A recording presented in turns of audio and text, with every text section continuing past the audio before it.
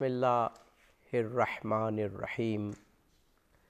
انا للہ و انا الیہ راجعون۔ ناظرین، کربلا کے بن میں شام غریباں ہوا چاہتی ہے۔ نواسہ رسول، جگر گوشہ بطول، فرزند مرتضیٰ حسین ابن علی علیہ الصلوۃ والسلام اپنے اہل بیت کے ساتھ، اپنے اصحابہ کے ساتھ، اپنے بھائیوں، بھتیجوں، فرزندوں کے ساتھ کربلا میں عظیم قربانی دے چکے۔ اس وقت کربلا کا ریگستان ہے، نینوا کا بن ہے۔ ایک طرف خانوادہ رسول کے نوجوانوں کے، خانوادہ رسول کی ہستیوں کے تن اقدس ہیں، لاشیں ہیں، اور وہ بھی سر کٹے، اور دوسری طرف جلے ہوئے خیمے ہیں، اٹھتا ہوا دھواں ہے، اور پھر اس کے ساتھ حسین کا غم ہے، پیاس ہے، بھوک ہے۔ حضرت زینب سلام اللہ علیہا ان جلے ہوئے خیموں میں مخدرات عصمت کو، یعنی خانوادہ رسول کی خواتین کو، یعنی رسول کی بیٹیوں کو اور ان کے خاندان کے بچوں کو لے کر بیٹھی ہیں، اور لشکر یزید ہے جو جشن منا رہا ہے، اور اس طرف سر کٹے لاشیں خانوادہ رسول کی بیٹیوں مخدرات عصمت کے سامنے ہیں۔ چشم فلک نے شاید ایسا منظر، بلکہ یقیناً ایسا منظر نہ دیکھا ہوگا، لیکن اسلام کی خاطر، تعلیمات محمدی کی بقا کی خاطر حسین نے وہ قربانی دے دی جس کا وعدہ کیا تھا۔ اب شام غریباں کا کیا احوال ہے جو آیا چاہتی ہے؟ شام غریباں کیا شام ہے، یہ کیسی رات ہے، اور پھر اس رات سے جو آنے والے وقت اور تاریخ میں اجالا ہوا وہ کیا تھا؟ یہ احوال بیان کریں گے، احوال، مصائب، اور اس وقت میں جو کچھ بیت رہا ہے خانوادہ رسول پر، اور پھر یہ کیفیت جو امت رسول پر اس وقت آ رہی ہے وہ بھی بیان ہوگی۔ ہمارے ساتھ ہمارے ملک کے شہرۂ آفاق عالم جناب مولانا آغا شیخ محمد شفیع نجفی صاحب موجود ہیں۔ آپ نامور عالم دین ہیں، نامور خطیب ہیں، اور سیرت پر تو آپ کی گہری نظر ہے۔ ہمارے ساتھ جناب مولانا حیدر علوی صاحب موجود ہیں، جو خود بھی اہل بیت علیہم السلام کی محبت میں ڈوبے ہوئے ہیں اور اس غم کا احساس لیے ہوئے ہیں۔ ہمارے ساتھ حسن عباس موجود ہیں، جو بڑے پرتاثیر انداز میں کلام پیش کرتے ہیں۔ جناب آغا شیخ محمد شفیع نجفی صاحب، یہ وقت جو اب ہوا چاہتا ہے، شام غریباں کربلا کے بن میں آیا چاہتی ہے، اندھیرا ہوا چاہتا ہے، لیکن یہ وہ خیمے ہیں جو اس وقت جل بھی رہے ہیں، ان سے دھواں بھی اٹھ رہا ہے، اور جیسے میں نے کیفیت بیان کی کہ سامنے ہی وہ قتل گاہ ہے جہاں اولاد پیمبر کے لاشیں، ان کی میتیں، ان کے جسد ہائے مبارک پڑے ہیں، اور یہ بیویاں اس کیفیت میں بیٹھی ہیں۔ بسم اللہ الرحمن الرحیم۔ عابدی صاحب، میں یہ بات بڑے وثوق سے کہہ سکتا ہوں کہ یہ واقعہ یہ کربلا کا جو سانحہ ہے وہ انسانیت کی تاریخ میں اپنی نوعیت کا ایک منفرد اور بے نظیر سانحہ ہے اور حادثہ ہے، اور جس کی بہت ہی یعنی پرانے اس کے وہ ہیں خبریں ہیں اس کے بارے میں، اور اسی طرح اس کے جو اثرات ہیں وہ بھی بہت ہی دور رس قسم کے وہ اثرات ہیں۔ ہماری روایات میں ہے کہ جب اللہ تعالیٰ کے حکم سے حضرت آدم نے اپنا ترک اولا بخشوانے کے لیے پنجتن کو وسیلہ بنایا، یا محمود بحق محمد و یا اعلیٰ بحق علی و یا فاطر السماوات والارض بحق فاطمہ و یا محسن بحق الحسن و یا قدیم الحسن بحق الحسین، الا ما غفرت لی، یہ ان کے توسل سے اپنے آپ کو بخشوانے کے بعد حضرت آدم نے اپنے تاثرات کو بیان کیا اور خدا کی بارگاہ میں عرض کیا کہ پالنے والے، میں نے تیرے حکم پر یا تیری ہدایت کے مطابق محمد کا نام لیا وسیلہ بنانے کے لیے، علی کا نام لیا، فاطمہ کا نام لیا اور حسن و حسین کا نام لیا۔ پہلے 4 ہستیاں یعنی محمد، علی، فاطمہ اور حسن، ان کا میں نے نام لیا ہے، اس سے میرے دل پر کوئی اثر نہیں ہوا۔ مالی اذا ذکرت الخامسہ انکسر قلبی، یہ آخری نام حسین میں تو نے کیا اثر رکھا ہے؟ جیسے ہی میری زبان پر یہ نام جاری ہوا ہے میرا دل ٹوٹتا گیا ہے۔ اللہ نے اس کی وجہ بتائی، ظاہر اس کی کیا وجہ ہو سکتی ہے۔ امیر المومنین کے بارے میں ہم سب سنتے ہیں، صفین جا رہے تھے یا آ رہے تھے، واقعی کربلا میں رکے ہیں تو وہاں ابا عبداللہ کا بار بار کبھی حسین کبھی ابا عبداللہ کا نام لے رہے ہیں اور دیر تک روتے ہیں اور غشی طاری ہوتی ہے آپ کے اوپر۔ ابھی واقع اسی طرح وہ رسول خدا کے زمانے میں سید الشہداء امام حسین کی ولادت کے فوراً بعد وہ پھر جناب سلمہ کا، یہ یعنی انسانیت کی تاریخ میں اس طرح کے واقعات جو ہے نا وہ ہمیں نظر نہیں آتے۔ تو خود اسلام کی نصرت کے لیے امام کی شہادت، یہ بھی ایک سمجھیں کہ ایک ازلی منصوبہ تھا، تعبیر میرے خیال میں بہتر ہوگی، ازلی منصوبہ تھا۔ اور جس طرح آپ کی شہادت، آپ کے اصحاب کی شہادت، آپ کے بھائیوں کی، آپ کی بھتیجوں اور بھانجوں کی شہادت، یہ ایک ازلی فیصلہ تھا، اسی طرح ان مقدرات عصمت طہارت کا ساتھ آنا اور ان کے پردوں کا چھن جانا جن کو کبھی چشم فلک نے بھی نہ دیکھا تھا، یہ بھی اسی ایک ازلی جو ہے نا وہ قدرت کی تدبیر کا حصہ تھا۔ یہی وجہ ہے کہ جب آپ مدینہ سے نکلنے لگے تو بہت سارے خیرخواہ ہمدرد تھے، انہوں نے نہ جانے کا، مدینہ سے نہ جانے کا مشورہ دیا، اور جب آپ نے اپنی جانے کی وجہ بتائی کہ میرے نانے کا حکم ہے تو وہ پوچھنے والوں نے پوچھا اچھا آپ کا اگر جانا ضروری ہے نانا کی امت کی شریعت کی حفاظت کے لیے، جیسے فرمایا تھا ما خرجت اشرا ولا بطرا انما خرجت لطلب الاسلام فی امت جدی ان کان دین محمد لم یستقم الا بقتلی فیا سیوب خذونی، اگر میری شہادت کے بغیر، قربانی کے بغیر میرے نانے کا دین نہیں بچ سکتا تو اے تلواروں خوناشم تلواروں، یہ حسین کا سینہ نازنین بدن حاضر ہے۔ کہا کہ اگر آپ کا جانا ضروری ہے فما حملک لہؤلاء النسوہ،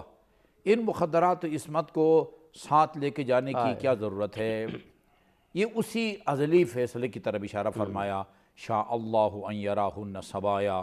جس طرح مشیت الہی میں میری شہادت ہے اسی طرح نبی کی نواسیوں اور علی کی بیٹیوں کی جو اسیری ہے یا ان کے پردوں کا چھننا ہے، یہ مشیت الہی کا حصہ ہے۔ جناب مولانا حیدر علوی صاحب جیسے بھی آغا صاحب قبلہ نے اس واقعے کا ذکر کیا کہ یہ تو ایک ازلی وعدہ تھا، یہ جو شام غریباں کی کیفیت ہے، جیسے آغا صاحب نے کہا نا کہ ازلی وعدہ تھا، تو ایک ازلی وعدہ اور بھی تھا کہ وہ امت بھی ہوگی، وہ لوگ بھی ہوں گے کہ جو اہل بیت علیہم السلام کے غم میں غم منائیں گے، اور پھر اس غم میں کربلا کا غم تو اپنے عروج کا غم ہے۔ یہ جو کیفیت ہے شام غریباں کی، اور ابھی جو ذکر ہوا کہ جو اس وقت ریزگار کربلا کا حال ہے، اور یہ وہ مخدرات عصمت ہیں جو اس شام غریبہ میں داخل ہوا چاہتی ہیں اور یا داخل ہو گئی ہیں، وہ وقت پہنچ گیا کہ جنہوں نے 3 دن سے پانی بھی نہیں پیا۔ بلکہ ایک بات پڑھ رہا تھا کہ خیمہ حسینی میں امام حسین کے لشکر پر پانی 4 محرم کو بند ہو گیا تھا، کیونکہ فوجیں آ گئی تھی 4 محرم کو۔ جو پہلا پانی موجود تھا وہ بڑوں نے پینا چھوڑ دیا تھا، بچے پی رہے تھے یا کم پی رہے تھے بڑے، 7 کو پانی ختم ہوا تھا۔ تو یہ مخدرات عصمت جو رسول کی بیٹی ہیں اس وقت وہ بغیر پانی کے اور اس غم کی حالت میں اس شام غریبہ میں داخل ہوئی ہیں. پانی تو جب آیا ہوگا تو آیا ہوگا. یہ کیفیت کس طرح ہمیں منانی چاہیے؟ امت مسلمہ کو اس کیفیت کا اظہار کس طرح کرنا چاہیے؟ یہ شام غریبہ ہے کہ جس کو اگر ہم محسوس کریں گے تو پھر اسلام کی جو اصل تعلیمات ہے اس کی بقا کیسے ہوئی وہ معلوم ہوگا. بسم اللہ الرحمن الرحیم. ایک عارف گزرے ہیں پنجاب کے، حضرت سلطان العارفین سلطان باہو رحمۃ اللہ علیہ. آپ نے اپنے قطعے کے اندر اس کا تذکرہ کیا کہ جے کر دین علم وچ ہوندا سر کیوں نیزے چڑھدے ہو، 70,000 جے عالم آہا اگے حسین دے مردے ہو، جے کر کردے ملاحظہ نبی سرور دا تاں تمبو خیمے کیوں سڑدے ہو، سچا دین تنا دا باہو جو سر قربانی کردے ہو. یقیناً تاریخ انسانی کے کہہ لیجئے کہ انسانیت کے جو ایک معیار قائم تھے اس دھارے کو بدلا ہے واقعہ کربلا نے. زندگی ہمیشہ کہا جاتا ہے کہ جو زندہ رہنے والا ہے وہ جیتتا ہے اور جو کٹ جائے وہ بظاہر دنیا سے ختم ہو جاتا ہے. لیکن امام عالی مقام نے بتایا کہ خون تلوار پر غالب آ سکتی ہے، موت زندگی پر غالب آ سکتی ہے، اور کربلا نے رہتی دنیا تک کے لیے زندگی اور موت کے معیارات کو بدل کے رکھ دیا. حضرت عباس رضی اللہ تعالیٰ عنہ فرماتے ہیں کہ میں نے خواب میں آج کی شب میں رسول خدا صلی اللہ علیہ وآلہ وسلم کی زیارت کی. بال پراگندہ ہیں اور کپڑے گرد آلود ہیں اور ہاتھوں پہ خون موجود ہے اور اس خون کے دھبے کچھ لباس پر بھی ہیں، اور ساتھ ہی خاتون بھی موجود ہیں جو پردے میں ہیں. تو میں نے پوچھا کہ یا رسول اللہ صلی اللہ علیہ وآلہ وسلم یہ کیا کیفیت آپ کی ہے اور آج آپ اس قدر آپ حضرت تھکے ہوئے عباس کا آپ خواب بیان کر رہے ہیں. تو حضرت عبداللہ ابن عباس نہیں خود حضرت عباس چچا حضرت عباس عبدالمطلب حضرت عباس بن عباس جن میں کی نے آپ کہا ابھی تھا جنت البقیع میں زیارت کر کے آ رہے ہیں. جی تاکہ لوگوں کو یہ پتہ ہو کہ کس ہستی کا خواب آپ بیان کریں. حضرت چچا عباس ہیں. ابن عبد ہاں کسی کا ذہن عباس علمدار کی طرف نہ جائے. حضرت عباس جو حضور کے چچا ہیں وہ یہ منظر دیکھتے ہیں اور آقا کریم سے دریافت کرتے ہیں کہ یہ اس قدر آپ کی کیفیت کس سبب سے ہے. تو کہا کہ اے میرے چچا عباس، میں آج صبح سے لے کر شام تک کربلا میں موجود تھا، اور وہ جو میری جد کی نامکمل قربانی تھی جو ففدینہ بذبح عظیم کے ساتھ نامکمل چھوڑ دی گئی تھی، آج وہ فدیہ اللہ نے میرے خون سے، میری آل سے، میری عطرت سے، میری اہل بیت سے قبول کیا ہے. اور صرف میرے جو ہے وہ فرزند جو ابن رسول حسین پاک سے نہیں بلکہ 6 ماہ کے علی اصغر ہوں یا شبیہ مصطفیٰ حضرت علی اکبر ہوں، اون و محمد ہوں یا مولا غازی عباس ہوں. کہا کہ فرزندان علی بھی یہاں پر شہید ہو گئے اور یہاں پر سب کے سب قربان ہوئے. نہ چھری نے اپنی فطرت کو بدلا، نہ نیزے نے اپنی فطرت کو بدلا، نہ بھالے نے اپنی فطرت کو بدلا، نہ کسی تیر نے اپنی فطرت کو بدلا. سب کو حکم تھا کہ آج اس نامکمل قربانی کی ہم تکمیل دیکھنا چاہتے ہیں. لیکن سلام سیدہ زینب کبریٰ سلام اللہ علیہا کی استقامت پہ کہ حضرت امام زین العابدین علیہ السلام فرماتے ہیں کہ اگر میری پھپھی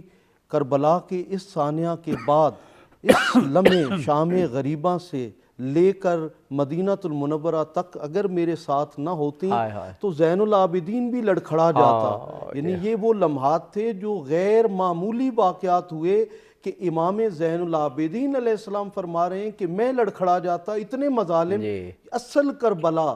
وہ نہیں تھی جو مولا حسین کے سر کٹنے تک تھی یا نیزے کی نوک پر لہرایا گیا. اصل کربلا وہ تھی جو یہاں اس لمحے سے شروع ہو رہی ہے، جو دمشق تک جاتی ہے اور جو مدینہ المنورہ تک جاتی ہے. یہی اصل کربلا ہے. اور اس کربلا کی سفیر جو ہیں وہ ایک زین العابدین ہے اور ایک حضرت زینب سلام اللہ علیہ. آپ نے جو بھی بیان فرمایا رسول پاک کی کیفیت جو حضرت عباس کے خواب میں آئے، تو اس سے بالکل معلوم ہو رہا ہے کہ خود شام غریبہ رسول خدا بھی منا رہے ہیں، یعنی اس وقت خود رسول خدا بھی اس حالت میں ہے کہ بال بکھرے ہیں، آپ نے خود کہا غم کی کیفیت میں ہے، تو امت مسلمہ کس طرح شاد ہوگی اس وقت؟ یہ تو پورے گلوب میں، پوری دنیا میں جو اس وقت حسین حسین ہو رہا ہے، یہ اس رسول پاک ہی کی گویا سنت پر عمل ہو رہا ہے۔ اس شہادت کی کیفیت کو، اس وقت کی کیفیت کو حسن عباس سے میں کہوں گا بیان فرمائیں۔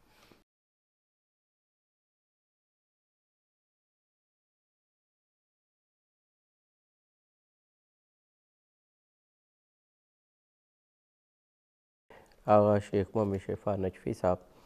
ابھی ہم دیکھتے ہیں کہ شام غریباں سے پہلے یا قتل حسین ابن علی سے پہلے، قتل حضرت عباس علمدار سے پہلے قافلہ سالار امام حسین علیہ السلام ہے، اور علم حضرت عباس کے پاس ہے، گویا وہ قافلے کے گویا سپہ سالار ہیں، سردار امام حسین علیہ السلام ہے، لیکن شام غریبہ میں سب شہید ہو چکے، اور کہا جاتا ہے کہ اب حضرت زینب سلام اللہ علیہ ہیں جو حضرت عباس کا کردار بھی ادا کر رہی ہیں اور حضرت امام حسین کا کردار بھی ادا کر رہی ہیں، اور بھوکے پیاسے بچوں کو، خواتین کو بھی سنبھالے ہوئے ہیں۔ وہ کیسا جذبہ تھا، کیسی قوت تھی کہ جو شام غریباں کو، ان تمام مخدرات عصمت کو اور خود حضرت زینب سلام اللہ علیہ کو اس قدر مضبوط کیے ہوئے تھی کہ اس اتنے بڑے غم کے موقع پر بھی وہ اسلام کی تعلیمات اور کس طرح بیہیو کرنا ہے، کس طرح عبادت کرنی ہے، کس طرح اب کربلا کے پیغام کو آگے بڑھانا ہے، ان تمام مقاصد کو اپنے ذہن میں سموئے ہوئے ہیں۔ جی عابدی صاحب، یہ مصر کی ایک خاتون رائٹر گزری ہیں بنت الشاطی، جی جی بالکل، انہوں نے جناب زینب کبریٰ علیہ السلام کے بارے میں کتاب لکھی تھی بطلۃ کربلا، اس کا اردو میں ترجمہ بھی ہوا ہے، اور ترجمہ کا نام کربلا کی شیر دل خاتون ہے، بڑی مشہور کتاب۔ ہاں جی، اس میں انہوں نے لکھا ہے کہ ایک مرتبہ، یہ میں تمہیداً عرض کروں کہ حضرت زہرا علیہ السلام اپنے بابا کی رحلت کے بعد وہ چونکہ بہت زیادہ بابا کے غم میں مغموم رہتی تھی، محزون رہتی تھی اور ہمیشہ نڈھال، تو آپ کی دلجوئی اور تعزیت و تسلیت کے لیے جبرائیل امین آپ کے پاس آتے تھے اور پھر بتاتے تھے، یعنی آئندہ آنے والے غیر معمولی واقعات سے آپ کو آگاہ کرتے رہتے تھے۔ تو وہ لکھتی ہیں بنت شاطی کی، ایک مرتبہ امیر المومنین اپنی بیٹی زینب کبریٰ کو درس قرآن دے رہے تھے، اور اس میں آپ نے بھی کچھ اس طرح کی غیر معمولی واقعات اور سانحات کا ذکر کیا، من جملہ واقعہ کربلا۔ وہ تو جیسے میں نے عرض کیا ہے کہ صفین آتے یا جاتے وقت خود کھڑے ہو کے روتے ہیں، اور اتنا روتے ہیں کہ آپ پر غشی طاری ہوتی ہے دیر تک۔ تو وہ یہ ساری چیزیں بیان کی کہ اصحاب شہید ہوں گے، میرے بیٹے کے بھائی شہید ہوں گے، بھتیجے بھانجے، اس کے بعد پھر عصر عاشور خود امام حسین شہید ہوں گے۔ اس کے بعد پھر آپ بیان کرنا چاہتے ہیں کہ حسین کی شہادت کے بعد عصر عاشور کو یا شام غریبان میں کیا ہوگا، کون سی وہ قیامت ٹوٹے گی، اس کو بیان نہیں کر پا رہے کہ شاید میری بیٹی نہ سن سکے، برداشت نہ کر سکے۔ تو جناب زینب کبریٰ فرماتی کہ بابا جو بات آپ مجھ سے چھپا رہے ہیں نا، وہ اس کی تفصیل میں اپنی مادر گرامی سے سن چکی ہوں۔ جی، بڑا پیارا مصرع ہے ایک عرب شاعر کا، بِأَبِي الَّتِي وَرِثَتْ مَصَائِبَ أُمِّهَا فَغَدَتْ تُقَابِلُهَا بِصَبْرِ أَبِيهَا، میرے ماں باپ قربان ہوں اس بیوی پر کہ جس کو جہاں میراث میں ماں کے مصائب ملے، ان مصائب کا مقابلہ اس صبر سے کیا جو باپ کی طرف سے میراث میں ملے تھے۔ اور یہ سانحہ اس طرح کا تھا کہ امام علیہ الصلاۃ والسلام نے ایک مرتبہ بعض روایات میں ہے جنگ کے دوران جب اشقیاء نے دیکھا کہ یہ اس طرح نواسے پیغمبر جو ہے نا وہ اس طرح قابو میں نہیں آ سکتے، ان کو شہید نہیں کر سکتے، تو عمر سعد کے بعد سپاہیوں نے یہ مشورہ دیا کہ اپنے گھوڑوں کا رخ خیمگاہ کی طرف کر دو، پھر حسین کی توجہ ہٹ جائے گی اور وہ اس طرح پھر جو ہے نا ہمارا مقابلہ نہیں کر سکیں گے۔ وہاں آپ نے ایک جملہ کہا تھا، یا شیعت آل ابی سفیان ان لم یکم لکم دین ولا تخافون المعاد فکونوا احرارکم فی دنیاکم احرارا فی دنیاکم، اے آل ابی سفیان اگر تمہارا کوئی دین مذہب نہیں ہے، قیامت کا خوف نہیں ہے، کم از کم اس دنیا میں آزاد انسان بن کے دکھاؤ۔ وارجعوا الی اسلافکم ان کنتم عربا کما تزعمون، جیسے تمہارا زعم ہے واقعاً تم اصلی عرب ہو تو تم اپنی روایات کی طرف ذرا رجوع کرو۔ شمر کہتا ہے فرزند فاطمہ کیا کہنا چاہتے ہو؟ کہا میں یہ کہنا چاہتا ہوں کہ جب تک میں زندہ ہوں اپنے ان اوباش سپاہیوں سے کہے کہ وہ میرے اہل حرم سے دور رہیں۔ ایسے ہی ہوا ابدی صاحب کی، جب تک حسین زندہ تھے یہ اشقیاء اہل حرم سے دور رہے، اور جیسے ہی وہ کربلا کی فضاؤں میں وہ منادی کی آواز آتی ہے الا قد قتل الحسین الا قد ذبح الحسین، پھر عمر سعد کا وہ فرمان جاری ہوتا ہے احرقوا بیوت الظالمین، لوٹو تبرکات رسول بطول کو قیدی بنا کے لے چلو آل رسول کو۔ جناب مولانا حیدر علوی صاحب بڑے پرتاثیر پردرد انداز میں اس وقت کو، شام غریبہ کے اس سما کو جناب آغا شفا نجفی صاحب نے پیش کیا۔ شام غریبہ جب داخل ہوتی ہے تو اس وقت بھی شہادت کے بعد، جیسے ابھی آغا شفا نے فرمایا کہ یزیدی فوج خیموں پہ آتی ہے، ان کو آگ لگاتی ہے اور پھر ایک ایک چیز کو لوٹتی ہے۔ وہ کہتے ہیں کہ شاید یہی وقت ہو یا اس سے تھوڑا سا پہلے کو کہ امام زین العابدین علیہ السلام جو بیمار تھے ان کے نیچے سے اس طرح سے بستر کھینچتے ہیں کہ نرم الفاظ میں بھی کہوں تو یہ کہوں کہ آپ زخمی ہو جاتے ہیں، اور اس کے بعد جو مخدرات عصمت سے چادریں کھینچنا۔ کچھ شقی تو یہ بیان ہوتا ہے کہ شقیوں نے، کچھ شقی ایسے تھے کہ نیزے کی انی سے چادریں کھینچی، اور پھر اس سے زیادہ ظلم کے خانوادہ رسول کی بچیوں کے کانوں سے بالیاں کھینچی۔ اس ظلم، یہ کہاں کس حد تک دشمنی تھی آل رسول سے جو اس وقت سے لے کے اب شام غریبہ کو اس عروج پر پہنچی ہے کہ انسانیت نام کی کوئی چیز میدان کربلا میں نظر نہیں آتی۔ جو لوگ امام حسین علیہ السلام کو شہید کر رہے ہیں وہ مذہب دشمن نظر نہیں آتے، صرف وہ تو ہیں ہی انسانیت دشمن بھی نظر آتے ہیں۔ دیکھیے ہم کہتے ہیں کہ مولا حسین اور آپ کے لشکر نے انسانی اقدار کو بچایا، جبکہ یزید ظلم اور بربریت، فسق اور فجور کا استعارہ بنا۔ دنیا یہ جاننا چاہتی ہوگی کہ یزید فقط کیا حضرت علی اصغر تک رک جائے گا، حضرت علی اکبر تک رک جائے گا، اونو محمد یا قاسم بن حسن تک رک جائے گا؟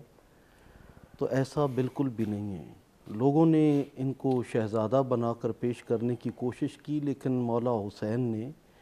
نیزے کی نوک پر قرآن کی اس آیت کی تفسیر کی کہ وَلَا تَقُولُوا لِمَنْ يُقْتَلُ فِي سَبِيلِ اللَّهِ أَمْوَاتٌ بَلْ أَحْيَاءٌ وَلَٰكِن لَا تَشْعُرُونَ، کہ یہ زندہ ہیں، تمہیں ان کی زندگیوں کا شعور نہیں ہے جو راہ خدا میں قربان ہوتے ہیں۔ وہ کٹے ہوئے سر کے ساتھ سورہ کاف کی آیات تو سنا دیں، لیکن یہ کہ صبح قیامت تک یزید کو بھی شرمندہ کیا اور یزیدیت کو بھی شرمندہ کیا، اور انسانیت کو یہ بتایا کہ یہ دو شہزادوں کی یا اقتدار کی جنگ نہیں ہے، یہ بنیادی طور پر انسانی اقدار کی جنگ ہے۔ شاعر نے کہا تھا کہ غم حسین ہر ایک شہر ہر ایک دیار گیا، جہاں نہ خاک پہنچی وہاں غبار گیا۔ کہتے ہو کہ یہ جنگ تھی دو شہزادوں کی، قلم میں دم ہے تو لکھو حسین ہار گیا۔ لیکن حسین پاک نے تو جو ہے وہ زندگی اور موت کے معیارات کو بدل کے رکھ دیا، اور یزیدیت کو یہ پیغام دیا کہ تم جس زندگی پہ رشک کر رہے ہو وہ حقیقت میں موت ہے، اور جس موت کو میں گلے لگا رہا ہوں وہ حقیقت میں زندگی ہے۔ اور پھر سفیرہ کربلا سید زینب کبریٰ سلام اللہ علیہا، یہ تو وہ ہستی ہیں جب ضربت لگتی ہے مولا کائنات کو تو تیسرے دن مولا کائنات فرماتے ہیں کہ میری بیٹی زینب کہاں ہیں؟ میں نے چھپ کے سنا ہے وہ قرآن حکیم بڑا خوبصورت پڑھتی ہیں، اگر ایک بار میرے سامنے آ جائیں اور مجھے چند آیات سنائیں تو مجھے تسکین ملے گی۔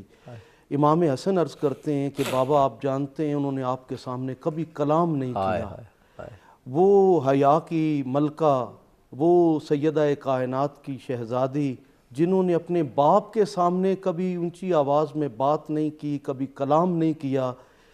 وہی آج لہجہ علی میں کلام کرنے کو تیار کھڑی ہیں۔ وہ قوت بنتی ہیں امام زین العابدین علیہ السلام کی، اور وہ پیغام دیتی ہیں کل کائنات کو کہ حالت امن میں چادر اور چار دیواری کے اندر رسول اللہ کی شریعت اور طہارت اور حیا کی محافظ اور عصمت کی محافظ سیدہ زینب کبریٰ ہیں۔ اور جب اسلام پہ مشکل وقت آ جائے اور یزیدیت اتنے پر پھیلائے، کیونکہ جب تک مولا حسین اور مولا غازی عباس اور فرزندان علی موجود تھے تب تک سیدہ زینب اپنے آپ کو محفوظ سمجھ رہی تھی اور تھیں بھی، تب تک سیدہ سکینہ محفوظ تھیں، تب تک مخدرات عصمت محفوظ تھیں، لیکن جب وہ سایہ سر سے ہٹتا ہے اب دلیر ہو جاتی ہے یزیدی فوج۔ اب ان کے سامنے یہ بڑے معمولی اور کمزور انسان ان کو نظر آ رہے تھے، اب ظلم و جبر اتنا اس وقت عروج پر پہنچتا ہے کہ جہاں ایک طرف خیمے جلتے نظر آ رہے ہیں وہیں ہمیں یہ بھی نظر آتا ہے کہ بیویوں کے سروں سے جب آنچل چھن رہے ہیں تو یزیدی نقارے بجا رہے ہیں اس وقت فتح کے، نعرہ تکبیر بلند ہو رہا ہے، اور یوں وہ سمجھ رہے ہیں کہ جیسے ہم نے کوئی اسلام کو فتح کر لیا ہے۔ اور سچ تو یہ ہے کہ اسلام کی بقا سیدہ زینب کبریٰ کی وہ قربانی تھی۔ اس لمحے جب آپ نے اپنے آنچل کو چھنتا دیکھا تو اپنے بالوں سے اپنے چہرے کو ڈھانپا اور یہ احساس دلایا کہ میں آیا تطہیر کی وارث ہوں، اگر تم میرا آنچل چھین بھی لو تو میری نگاہوں کا حیا تو نہیں چھین سکتے، میرے گھر کی عصمت تو تم نہیں چھین سکتے۔ قبلہ آبدی صاحب وہ مناظر شاید لفظوں میں بیان کرنا کسی انسان کے بس کا روگ اس لیے بھی نہیں ہے کہ لوگ یہ جاننا چاہتے ہیں آج بھی کہ کیا واقعی ایسا ممکن ہے کہ رسول اللہ صلی اللہ علیہ وآلہ وسلم کی بیٹیوں کا بھی انہوں نے حیا نہیں کیا، چھوٹی بچیوں تک کو دیکھیں۔ اب ان کو جب گھوڑوں پہ اونٹوں پہ سوار کیا جا رہا ہے تو سیدہ زینب کبریٰ کے ہاتھ پیچھے بندھے ہوئے ہیں اور جو ہے وہ اونٹوں کے اوپر کوہان بھی نہیں، اونٹوں کی یعنی ننگی کوہانوں پہ بٹھایا جا رہا ہے، ان کے اوپر کجاوے بھی موجود نہیں ہیں۔ حضرت امام زین العابدین علیہ السلام کے گلے میں پتھر ڈالا جا رہا ہے کہ کہیں ان کی گردن سیدھی نہ ہو جائے، چند لمحوں کے لیے۔ ان کی بیماری کا حیا اور احساس نہیں ہے۔ کتنا بڑے سے بڑا دشمن بھی ہو جب اس کو پتہ چل جائے کہ ایک بیمار ہے تو اس کے اندر رحم آ جاتا ہے، لیکن انسانیت جب سرے سے مر جاتی ہے اور یزیدیت پر پھیلاتی ہے تو پھر یہ عمل ہمیں نظر آتے ہیں۔ یہ محض چند واقعات کا نام نہیں ہے، یہ ان ہستیوں کے ساتھ یہ سلوک کیا جا رہا ہے جنہوں نے کلمہ ان تک پہنچایا تھا، جنہوں نے حق ان تک پہنچایا تھا۔ اگر یہ حق کو پہچانتے ہوتے تو یہ حرکت کرتے نہیں۔ اس کا مطلب یہ ہے کہ مفادات کی پٹی ایسی بند گئی تھی ان کی آنکھوں پر کہ انہیں رسول اللہ کی شہزادیاں بھی نظر نہیں آ رہی۔ اور میں جب لبنان میں گیا تو وہاں پر کچھ قبور تھیں جن کے اوپر بنت رسول یا ابن حیدر یا ابن زہرا یا بنت زہرا اس طرح کے لکھے ہوئے تھے۔ تو میں نے ان سے پوچھا کہ یہ نامعلوم قبریں کون سی ہیں؟ انہوں نے کہا جب کربلا سے مخدرات عصمت کو لے کر آ رہے تھے تو اونٹوں سے معصوم بچے سادات کرام کے گرتے پچھلے اونٹوں کے پاؤں کے تلے روندے جاتے، لیکن سادات کرام کے اس قافلے کو اتنی بھی اجازت نہیں تھی کہ رک کر ان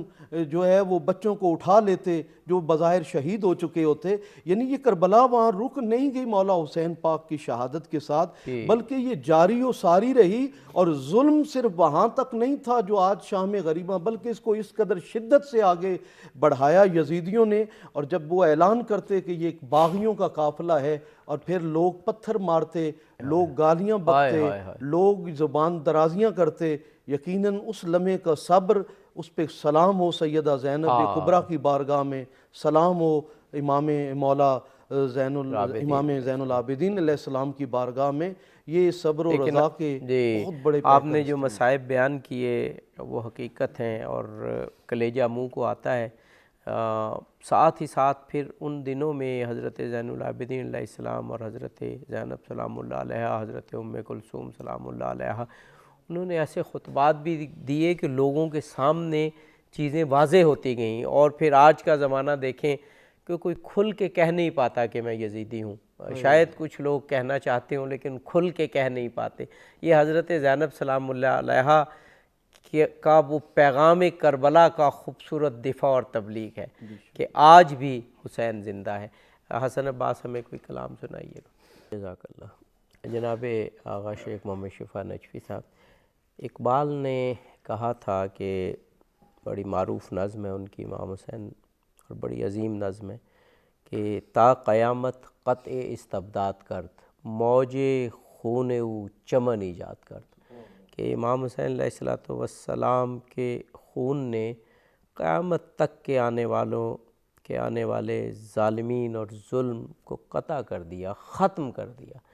یہ شام غریبہ ہے، اس کے مصائب ہیں، اس کا اندھیرا ہے، یہ شام کی سرخی ہے، لیکن آنے والے تمام شام و سحر پہ یہ غالب آ گئی۔ شام غریبہ کے بعد اب جو شام و سحر ہے وہ حسین کی ہے، وہ زینب کی ہے، وہ امام زین العابدین کی ہے۔ یہ معجزہ پہلے امام حسین نے اور پھر حضرت زینب سلام اللہ علیہا نے کیا کہ شام غریبہ آنے والے تمام زمانوں پہ غالب ہے۔ عابدی صاحب، اسی شام غریبان میں، بلکہ شام غریبان کے آنے سے پہلے خود نواسۂ پیغمبر کی شہادت کے بعد جو دلخراش اور انسانیت سوز واقعات پیش آئے ہیں، اس سے انسان کے رونگٹے کھڑے ہو جاتے ہیں۔ اگر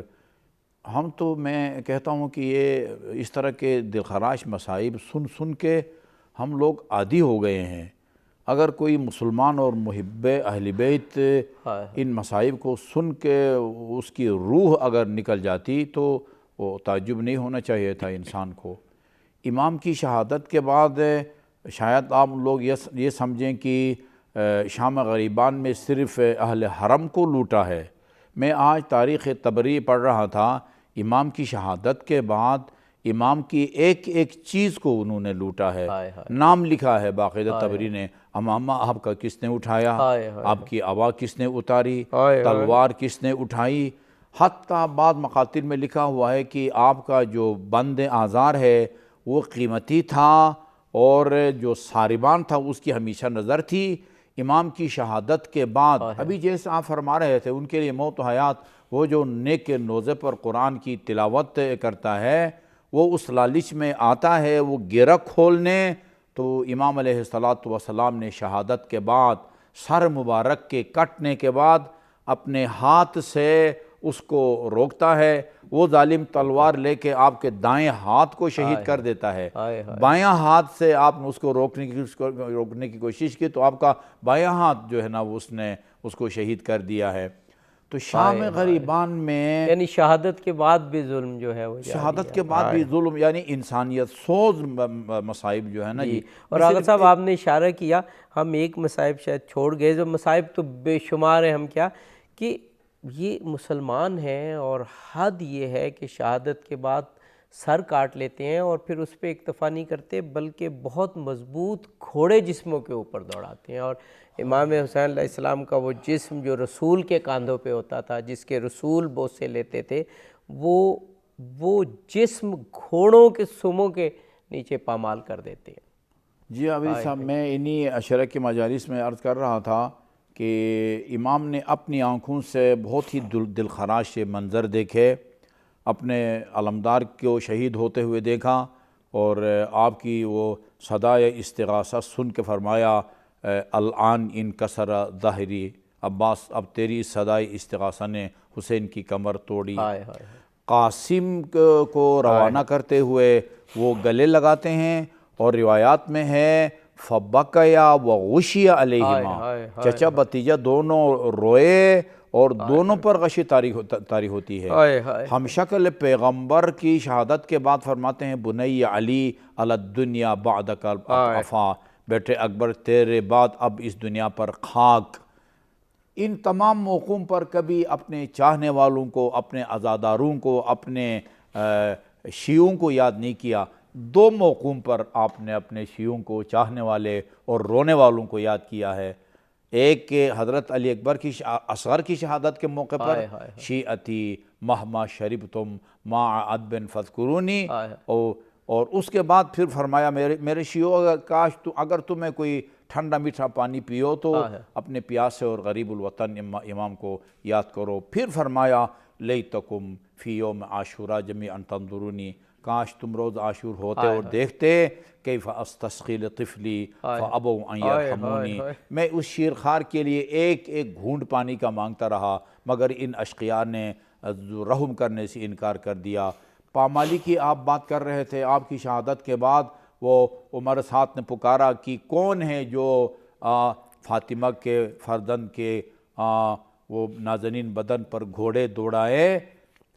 10 آدمی نے اس کام کے لیے اپنے آپ کو پیش کیا۔ تاریخ بتاتی ہے ان 10 کے ناجائز اولاد ہونے میں کوئی شک نہیں ہے۔ آپ کو پامال کیا ہے اور آپ نے فرمایا ہے کہ میرے چاہنے والوں تم سنو گے کہ تمہارے امام کے نازنین بدن پر گھوڑے دوڑائے گئے۔ یہ نہ سمجھنا کہ جنگ کا عالم تھا، کسی کو خبر نہ تھی، نادانستہ طور پر ایسا ہو گیا ہوگا، نہیں۔ وَبِجُرْدِ الْخَيْلِ بَعْدَ الْقَتْلِ عَمْدًا سَحَقُونِی، ان اشقیاء نے دانستہ طور پر تمہارے امام کے نازنین بدن پر گھوڑے دوڑائے۔ اگر وقت کی دامن میں گنجائش ہو تو ایک روایت میں آپ کی خدمت میں عرض کرتا ہوں۔ جی فرمائیے۔ جناب زینب کبریٰ کے ساتھ کیا ظلم و ستم ہوا۔ ہمارے مقاتل کی بہت ساری کتابیں ہیں، معتبر کتابیں سمجھی جاتی ہیں، مقتل ابی مخنف اور ابن طاووس کی کتاب لحوف۔ ان دونوں بزرگواروں نے لکھا ہے کہ جب مختار کا انقلاب آیا تو وہ انتقام کا طریقہ کار یہ تھا کہ ان ظالموں کو، لٹیروں کو، قاتلوں کو بلاتا اور بلا کے ان سے پوچھ کے ان کے ظلم کی نوعیت کے مطابق ان کو سزا دیتا تھا۔ مختار ثقفی کے عدالت میں وہ مالک اشتر کے بیٹے ابراہیم وہ ان کے کمانڈر تھے گویا، اس کی عدالت میں ملعون ابجر بن کعب کی پیشی ہوتی ہے۔ اس سے پوچھتا ہے سچ سچ بتاؤ تم نے کربلا میں کیا ظلم و ستم ڈھایا ہے؟ وہ قسمیں کھاتا ہے کہ میں نے کسی کو مارا نہیں ہے، میں نے کسی کو شہید نہیں کیا، کہا کسی کو لوٹا ہو، کسی کو تماچے مارا ہو۔ جرم عابدی صاحب اتنا سنگین تھا کہ بعض مقامات پر جناب زینب کبریٰ نے بھی فرمایا کاش یہ آسمان زمین پر گرتا اور زمین پھٹ جاتی، یہ پہاڑ ریزے ریزے ہوتے۔ جب بہت دباؤ بڑھا تو لرزتے کہا میں نے شام غریبان میں علی کی بڑی بیٹی کی ردا چھینی تھی۔ کہا کہ اور کیا کیا تھا تو نے؟ کہا میں نے علی کی بیٹیوں کی بالیوں کو اپنے ہاتھ میں لیا اور اس زور سے کھینچا کہ کانوں کو چھیدتی ہوئی یہ بالیاں، خونالود بالیاں وہ میرے ہاتھ میں آ گئی۔ وہ کہتے ہیں پھر میری آقازادی نے کیا فرمایا؟ فرمایا قطع اللہ یدیک، خدا تیرے دونوں ہاتھوں کو کاٹ ڈالے، وقطع اللہ رجلیک، خدا تیرے دونوں پاؤں کاٹ ڈالے، وَأَحْرَقَكَ اللَّهُ بِنَارِ الدُّنْيَا قَبْلَ نَارِ الْآخِرَةِ، اللہ تعالیٰ آتش جہنم سے پہلے دنیا کی آگ میں تجھے جلائے جس طرح تو نے مجھے حجاب سے محروم کیا ہے۔ تو یہ دونوں قربانیاں، اور میرا خیال میں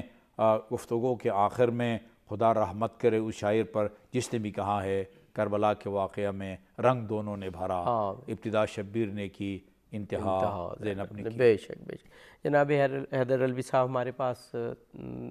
2-3 منٹ ہیں، 2-3 منٹ کا پھر کلام سنیں گے۔ ابھی جناب قبلہ آغا صاحب نے فرمایا کہ اس وقت جو وقت آخر تھا اور ظلم اپنے عروج پہ تھا، خواہ حضرت علی اصغر علیہ السلام کی شہادت ہو، خواہ امام حسین علیہ السلام کی شہادت کے بعد ان کے نازنی بدن پر گھوڑے دوڑانا ہو، امام حسین علیہ السلام نے اپنے چاہنے والوں کو یاد کیا۔ یہ شام غریبہ ہے۔ کیا عجب ہے کہ اگر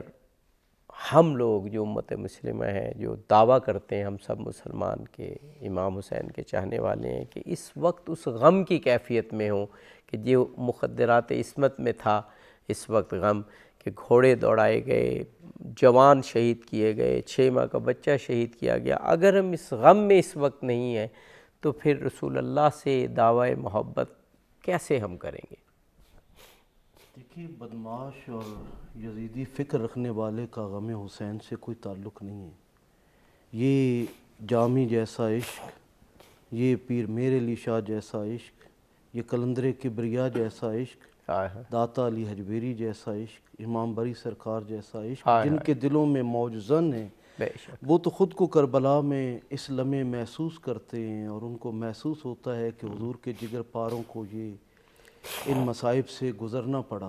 اور اگر کوئی کہتا ہے مجھے سنت سے پیار ہے، یہ واقعات تو بہت بعد ہوئے۔ سردار انبیاء صلی اللہ علیہ وآلہ وسلم تو اس وقت غم حسین میں آنسو بہا رہے ہیں جب مولا حسین حضور کی گود میں کھیل رہے ہیں، اور جی اس کا مطلب یہ ہوا کہ اس غم میں بعد از شہادت تو آج ہمیں یہ موقع ملا کہ ہم اس غم کو محسوس کریں اور ہم یہ سعادت اور عبادت حاصل کریں۔ قبل از شہادت کبھی بھی ایسا نہیں ہوا کسی پہ رویا گیا ہو، لیکن مولا حسین کی کربلا میں مصائب اور زین العابدین کی جو مصائب ہیں، اور سیدہ زینب کبریٰ اور جو باقی بچ جانے والے مخدرات عصمت کے جو مصائب ہیں، یہ تو بہت بعد میں ہے، اور آقا کریم اس پہ پہلے آنسو بہا رہے ہیں، اور اس قدر شدید آہ و بکا ہے میرے آقا کی کہ سیدہ ام سلمہ باہر سنتی ہیں ان آنسوؤں کو اور اس کیفیت کو۔ آقا کی اگر اس کیفیت کا ہی ہم صدقہ اتارنا چاہیں تو میرا خیال ہے کہ امت آنسو پیش کرتی رہے تب بھی یہ نذرانہ کم ہے۔ جس طرح جیسے حضرت نے حضرت آدم علیہ السلام کا ذکر کیا کہ وہ وَلَمْ نَجِدْ لَهُ عَزْمًا، ارادہ بھی نہیں تھا، لیکن اس کے اوپر حضرت آدم علیہ السلام نے کس قدر شدید آنسو بہائے، کتنا عرصہ روئے۔ میں یہ سمجھتا ہوں کہ جو اہل بیت کے غم میں اور رسول اللہ کے گھرانے کے غم میں جو غمگین نہیں ہے، میں سمجھتا ہوں کہ اس کا نہ ایمان سے کوئی تعلق ہے، نہ اسلام سے کوئی تعلق ہے، نہ اس کی فطرت پاک ہے۔ جس کی فطرت میں انسانیت موجود ہے، اس لمحے وہ سوگوار ہے، اور اگر وہ محسوس کرے تو کائنات کی ایک ایک چیز اس وقت غم حسین میں اور غم کربلا میں وہ آنسو بہا بھی رہی ہے، اور اس وقت وہ غم کے اندر خود کو محسوس بھی کرتی ہے۔ ہم تو مسلم ہیں، میں نے ایک ہندو دوست کو دیکھا، وہ عاشورہ کے جلوس میں علم لیے کھڑا ہے، میں نے اس سے پوچھا مولا حسین ہمارے ہیں، تم یہاں کیا لینے آئے ہو؟ تو اس نے کومنٹس میں ایک شعر لکھا، اس نے کہا در حسین پہ ملتے ہیں ہر خیال کے لوگ، یہ اتحاد کا مرکز ہے آدمی کے لیے۔ اگر انسان میں آدمیت ہے تو مولا حسین اس کو اپنا لگے گا۔ انسان کو بیدار تو ہو لینے دو، ہر قوم پکارے گی ہمارے ہیں حسین، بس زندہ ضمیروں کے امام ہیں حسین، اور انسان دوست لوگوں کے اور جن میں انسانیت ہے ان کے امام مولا حسین ہے، اور جن کے اندر کا یعنی آج کے یزیدوں کے ساتھ بیٹھ کر کل کے یزید کو برا کہنا تو بہت آسان ہے، لیکن آج کے یزید کو للکارنا، آج کے یزید کو بھی یزید کہنا، یہی اصل حسینیت ہے۔ اور ہم حسینیت زندہ باد کا جب نعرہ لگاتے ہیں تو جو کردار مولا حسین نے مدینہ سے لے کر کربلا تک کیا، ہمیں اس کردار کو پڑھنا، اور کربلا کے دن بھی جو خطبات دیے شریعت کے لیے، اپنے بابا کی ولایت کے لیے، نانا کی نبوت و رسالت اور اللہ کی توحید کے لیے، ہمیں انہیں سمجھنا اور اس پہ عمل کرنا چاہیے۔ بہت شکریہ جناب آغا شیخ محمد شفیع نجفی صاحب آپ کا، جناب حیدر علوی صاحب آپ کا۔ ناظرین، ابھی تو شام غریباں شروع ہوئی ہے، شام غریباں کا ابتدائی وقت ہے، بہت سا ظلم ہو چکا، لیکن بہت سا ظلم اس کے بعد بھی ہوا، لیکن شام غریباں ہمیں یہ حوصلہ دیتی ہے کہ اگر حسین قربان ہو گئے تو اس کے بعد زینب بھی ہیں، اس کے بعد زین العابدین بھی ہیں۔ حضرت زینب کی گویا سپہ سالاری میں، حضرت زین العابدین علیہ السلام کی سرداری میں ہمیں بہت سا سفر طے کرنا ہے، حق کو سمجھنے کا، حق پر عمل پیرا ہونے کا، اہل بیت علیہ السلام کی معرفت کا، اور پھر اہل بیت علیہ السلام اور کربلا کے پیغام کو آگے پہنچانے کا۔ حدیث عشق دو وابست، کربلا و دمشق، یکے حسین رقم کر دو دیگر زینب۔ کربلا کے بعد ہمارے پاس کوئی چوائس نہیں ہے، یا ہم نے حسین ہونا ہے، حسینی بننا ہے، یا ہمیں کار زینبی سر انجام دینا ہے،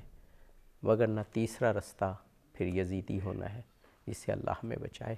آخر میں حسن عباس سے کہوں گا کہ اس شب کی مناسبت سے آخری کلام پیش فرمائیں۔